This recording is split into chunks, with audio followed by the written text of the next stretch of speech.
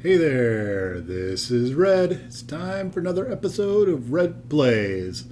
So if you've noticed, I've kind of got this whole Eclipse thing going on here. So that's what we're going to talk about today. Is we're going to go through some Eclipse 2.0. I just did a video on the setup, which gets us to this point where everything's out here. So I'll put a link up in the corner there about the setup process and how to get to where we're at. What I think we're going to do now is we're going to go through round one of Eclipse and just kind of feel out the basic start of the game. So I would not use this video in any way, shape, or form as the amount of time that it takes to play Eclipse, because I'm going to be talking a lot during these, kind of pointing things out and walking us through what's going on. So I will say that I don't think the time notes on the box are generally accurate. Usually games of Eclipse take longer than it looks like from what the box says, but this will probably be an extreme case of how long Eclipse will take. So anyway, we've got everything set up. Like I said, video was up in the corner about how to get to this point. We've got an epic battle between Beatrice and Jocosta going on here. I think Beatrice's thoughts going into this game is she wants to go back and explore and do more of an economy type takeover, where Jocosta's thinking she wants to head towards the center and maybe fight more with the ancients and the guardians and do more of trying to take over towards the center. So that's how I'll play the two players as a little bit different. I think it's tough in a two-player game to potentially try to take the other players out because they're on opposite sides of the board. It takes a while to get that far. So let's take a look at. So starting off, we're going to have a set of actions that the players can do. So I want to go into those real briefly. What you're going to see a lot of usually on the first rounds is there's going to be a lot of explore actions going on. And that allows you to place more hexes and try to influence them and build up your galactic empire, right? The other things that you can do is there's research, which allows you to get items that are out here in the tech track based on the cost that they have in the corners of them, right? Use your science that you have as resources to pay for things from the tech track. The next option is to upgrade, which allows you to the ships that your players have, which are here. Actually, let's grab another player sheet. So if we were to take a look at like this interceptor here, right? We can upgrade their parts, which means that you can take these tech tiles and then you can, after you research the technology, you can get those technologies to put on your ships and make them into better ships, so you can go off and fight these different things that are on the board or other players. All right, so that is upgrades. Builds allows you to, you're going to use your materials that you've gathered to buy more ships or potentially monoliths or star bases or other things out there on the board. Move allows you to move your ships around. And influence is an interesting one in that when you do an influence action, it allows you to take your influence markers off of sectors or place them on sectors that are open that you could potentially influence. In addition to that, you have colony ships. Each player has a set of colony ships, and some of the races get more or less. The influence action allows you to unflip a couple of them. So if I've done a lot of colonization during my turn and I want to further put population on planets, I can use that in order to refresh some of my population, allow me to place more population cubes and thus get more resources come the end of my turn. So that's the final action that you can potentially do during your action phase. Okay, so trying not to get into too much detail there because it will play out as we play, and if I go into a lengthy explanation, we'll be here for hours. So let's get going. As I talked about, Beatrice is going to be our start player.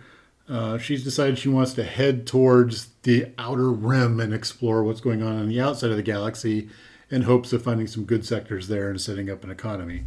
So you will notice in a two-player game, the number of outer rim sectors, which are the ones that are going to go around the outside here, this third layer, are very limited. So there's not a whole lot of exploration to do there, so she's going to want to snatch them up pretty quick. This is the level 2 sectors, and these are the level 1 sectors here in the middle, right? So there's only 1, 2, 3, 4, 5 in a two-player game. So The first person to grab them is going to get them pretty quick, then Beatrice wants to be that person. So Beatrice is going to decide she wants to explore this turn, so her first action, she's going to move one of these markers here over to explore. Now what you see on here is these are the costs. This is at the end of the round. Once we get further down, there's going to be this action phase and there's a combat phase. When we get into upkeep, you're going to have to collect income and then pay your civilization upkeep cost. The numbers that are here are your civilization upkeep cost, right? You're going to potentially earn money on your turn according to what is revealed on this track. So at this point, I'm going to earn $3, and I already have $3 in the bank, right? So I could theoretically pay a total upkeep of 6, and that one costs 5. So I could go up to there easily. I might want to not go that far in order to bank money. I also have the ability to use my trade ability, which if you look on, let's bring the other character sheet back out. There we go, trade. So I can spend 2 for 1, right? So while I may only be earning 3 and have 3, I could trade in, like, let's say 2 of my materials, take me from 4 down to 2 to get another one, which would allow me to pay for that 7 cost. So there's other ways to get to that cost too. If you can't pay that cost, and there's bankruptcy, which involves you giving up sectors, which is a whole other thing, and we won't get to there, hopefully. Well, maybe we'll get to that during this game, but let's not go there yet. So anyway, okay, let's get back to Beatrice doing something cool. All right, so Beatrice wants to go exploring on this third outer rim sector. Now, where she can go is she can only go through these 2 wormholes that she has here, so she needs to pick which one she's going to explore. And we'll go straight back. So I'm going to grab one of these. Thank God that the sector tiles are the same. I printed these off for the first version of Eclipse, and the second version fits right in the same slot. So that's great. I love that. Thank you, makers of the game, for having things that are the same. Okay, so we're going to explore out here. We're going to Sector 3. We're grabbing a Sector 3 tile, and what we see is that is going to be 2 ancients.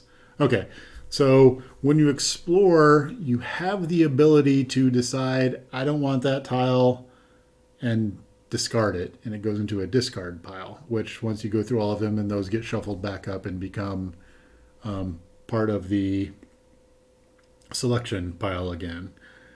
So Beatrice wants to explore into the third area. She does not want that tile. So we're going to, well, actually, yes, she'll take that tile, and we'll decide that we'll probably go there later, right? So let's go ahead and place that out there. It's not what she wanted, but we'll help flesh that area out. If we end up with another one that's got a bunch of ships on it, then we will definitely not place that one. All right, so what we're going to do is, that says that we need a discovery to go on there. And we're going to need 2 ancient ships to go on there. So if we look, these ancient ships right now, the reason I say that's a rough tile, if you look at the ancient ships, this is the blueprint for the ancient ships. They have 2 ion cannons, they get a +1 to hit, and they have an additional hull. And they've got a speed of 2. So what we're looking at is they're going to hit on 5s or 6s, and they get 2 dice that do 1 damage. The only ship that we have right now is our little starting interceptor. The interceptors are pretty weak. So if you look at interceptor, it's only got 1. So it's got 1 shot, so it's going to be 1 die. It only hits on 6s, and it doesn't have any hull, so if it takes 1 hit, it blows up.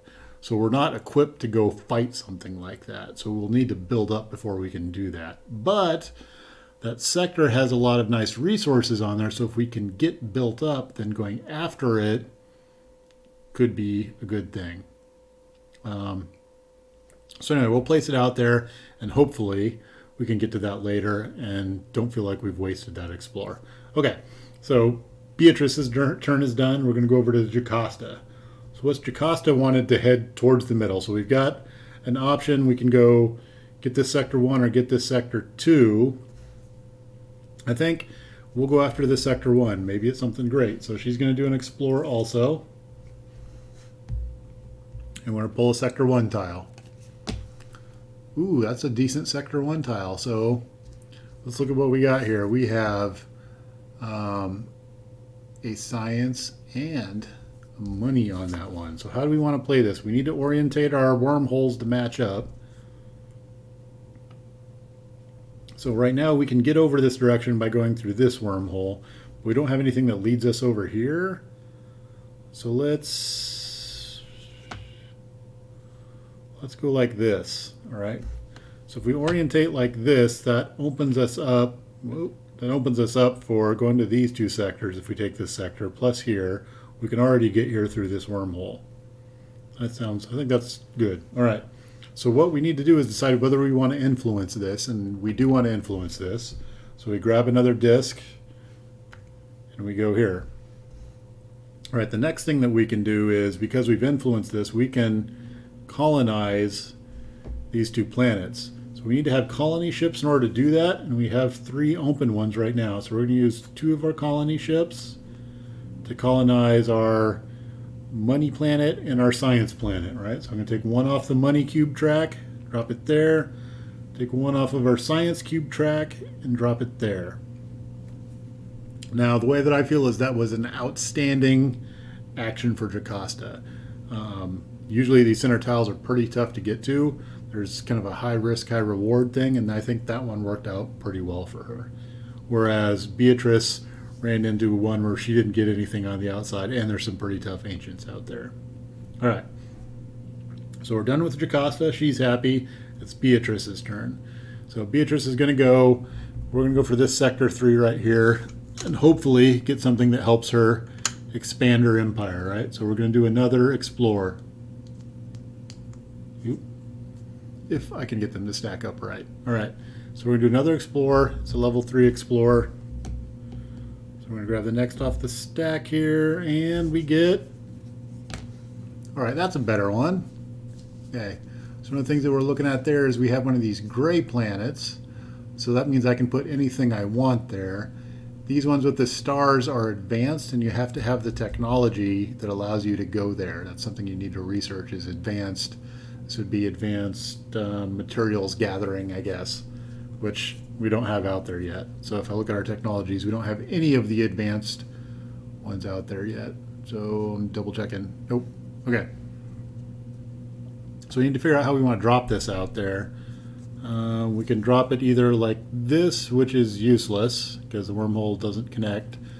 We can drop it like that, which will allow us to redirect back in towards the middle, but we're kind of cut off from going after more 3s at that point. So that ruins our whole plan of doing 3 exploration. We're going to have to explore this 2 probably, and then maybe shoot out. Or this one and then shoot out. Well, let's see how that goes. Okay, so we've got the ability to influence that. Let's influence this one. And then I have to determine what it is that I want to drop on there. So let's use one of our colony ships. And I have the ability to use any of them. I think what we'll do is money. So ideally, that gives us a better cushion to go after more planets. Okay, so Beatrice is done for this turn. We're back over to Jocosta, and Jocosta's turn went really well. We're really happy with that. So the next question is, do we think we can go 2 for 2 on Sector 1 tiles and come up with something else amazing? So we can go in both directions. Let's go for it. Let's see what we come up with. So we're going to do another explore. We're going to go right here for another Sector 1 tile. Let's see if we can pull something we can influence and get amazing resources from. All right, so there's our Sector 1 tile. We're going to grab it. Oop, I got 2. Let's get 1. And we get, oh, yep, it wasn't quite that way. So we're going to go ahead and drop that one out there because we don't want to waste it. How do we want to place it? So let's place it like this. So what we need is a discovery on there, and then 2 ancients.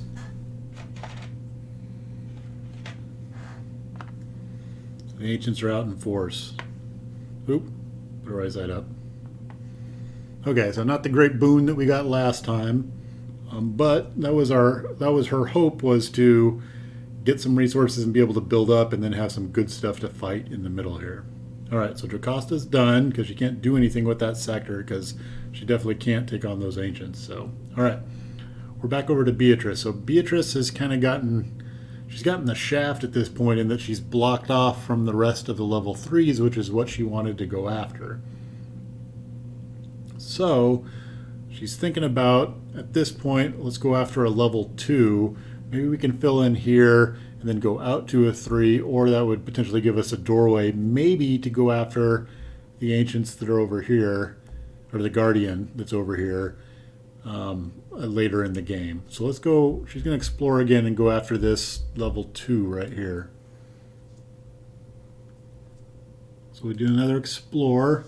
This time we're going to grab a sector 2 tile. Just one of them. And we get, oh, more ancients. She's not drawn very well. Does she want to drop that one? So I think the thing to look at this point is she's coming through here, so she would still be able to explore here and here. And maybe she can take this one and take that out to a 3. There's only one ancient on there, which isn't that bad. She could build up to take them out. She's not going to have a whole lot more. She could maybe afford one more explore. We'll go ahead and keep this one. I don't think we'll discard it.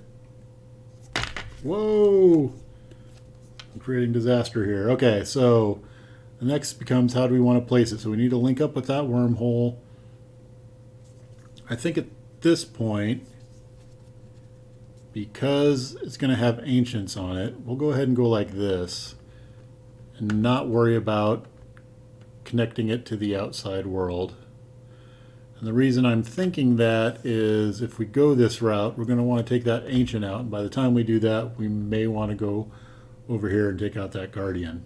All right, so we're going to drop a discovery tile on there. Whoa. And then we need an ancient on top of there. Okay. Beatrice's game plan is not going as planned. All right, so over to Jocosta. Back to Jocosta's turn. We're looking at her third action.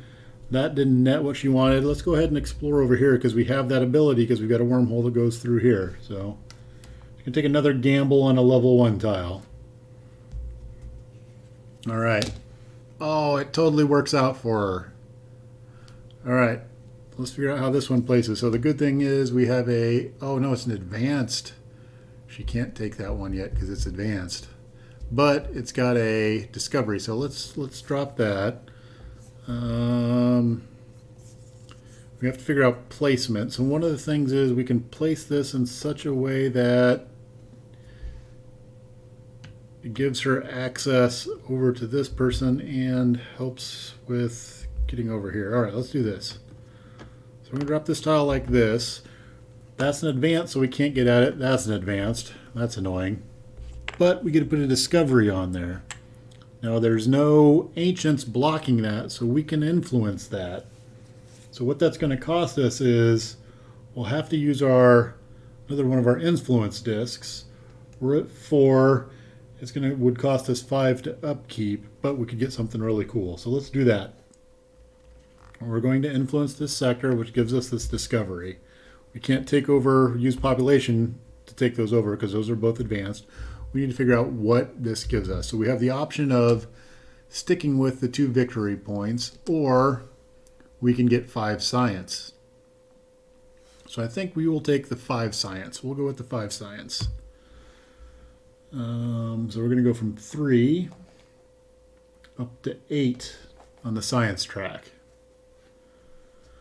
So we'll be really interested to see what comes out this next round. Probably not this round, because we'd have to spend a lot to get 7. We're not making enough money to justify that. But we could potentially get orbitals, which may be nice next round. All right. So Jocosta's done her exploring. She's done. We're back over to Beatrice at this point.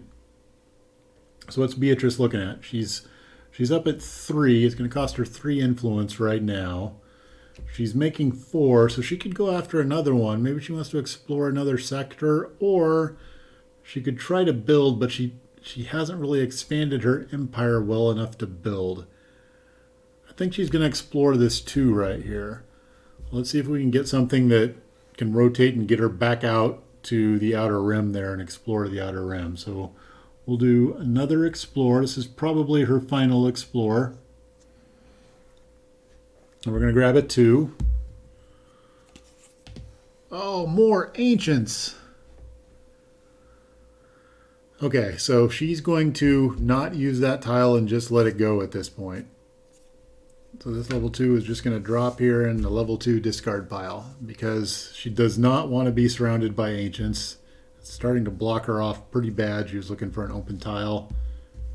So she's just going to let that one go. So that turn is pretty much spent for her.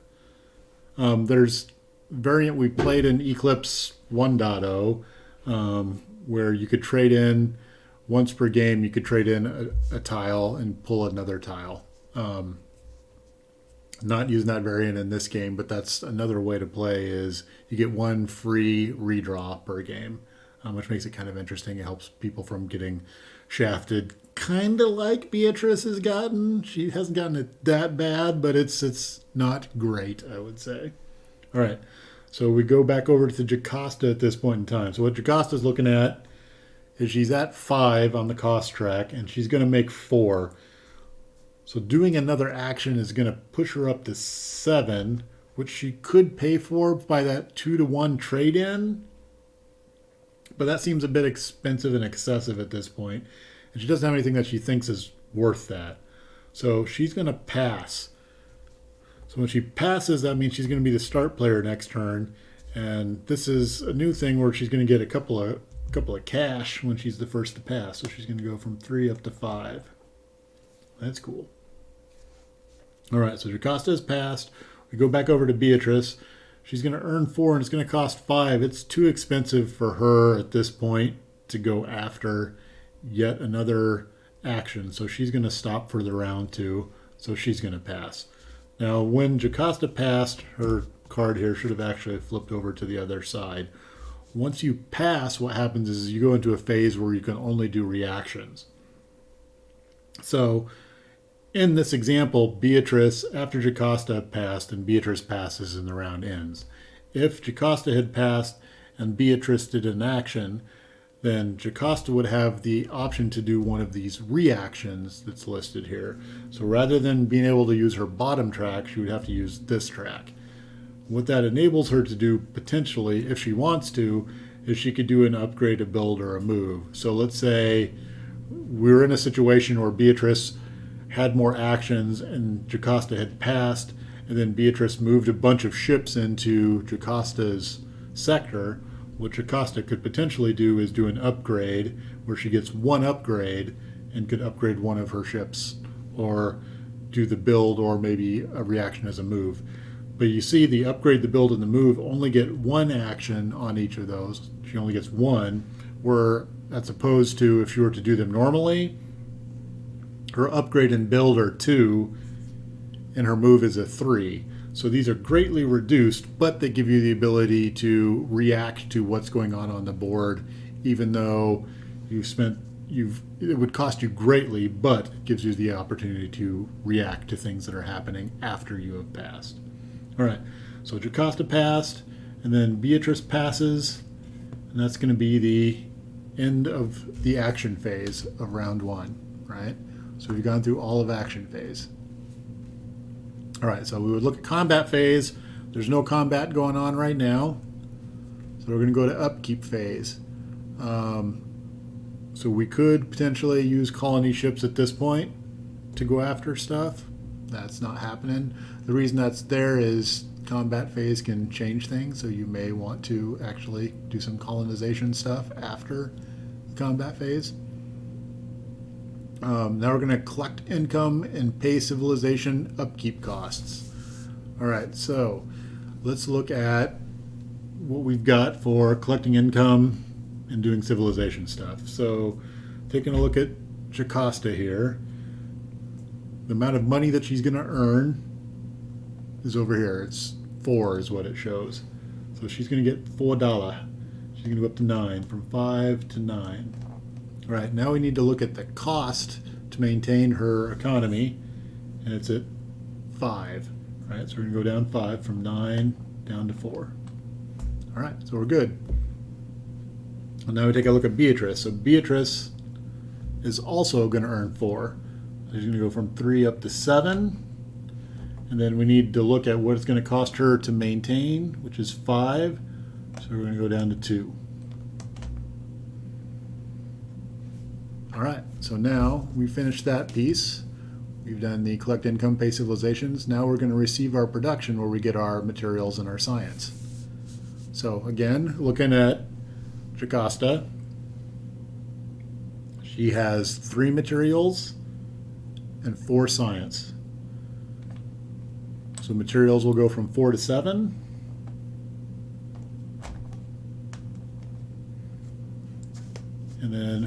And then her science is going up 4, so it's going to go from 8 to 12. Okay, so now we take a look at Beatrice. Beatrice has got a 3 and a 3. So her materials go up 3 from 4 to 7. And her science goes from 3 to 6.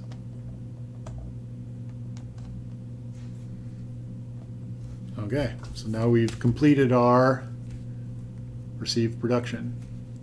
So now we go down to the cleanup phase. So now we're going to return influence disks. Okay, so what that means is the ones that we've spent here or potentially on your reaction track are going to go back to here.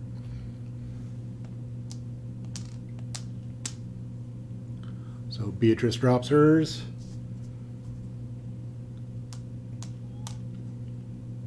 And Jocosta drops hers down. Now, if you take a look at this, what you see is where Jocosta is starting out is further along the track than where Beatrice is starting out at. And that's because the number of sectors that Jocosta has influenced is greater than the number of ones that Beatrice has influenced. So that's a very interesting aspect of the game because it manages. You have to keep in check the amount of money that you're making versus what you're doing for actions, and it allows people that have less to do more, essentially. All right, and if you expand your galaxy out greatly, you really have to have a good economy rolling in order to support your galaxy, right? So where we're at now is. We've done our return influence disks. Next we're to grab more technology. It's also one of the favorite parts of the game. So we're going to go into our little bag here, and if you look, we were at 2 players, so we're grabbing out 5 technology tiles. So we're digging through the bag of fun, and I've got 5 tiles. All right, so let's see what we've got here. We've got an artifact key, which we've already got out there. We have a plasma cannon. So plasma cannons are neat in that when you hit, you actually do 2 damage. So that's pretty cool. Drop those out there. We have a second plasma cannon. So the way that works is if Beatrice were to buy a plasma cannon, she takes the 1 tile that's there, then Jocosta could buy the plasma cannon, where if Beatrice were to buy the tachyon drive, there's not another one left out there, so Jocosta wouldn't be able to get that technology. All right, so the other interesting thing is we have a couple of these other technologies out there, which they go down in this section, and because we drew those, we need to draw 2 more tiles.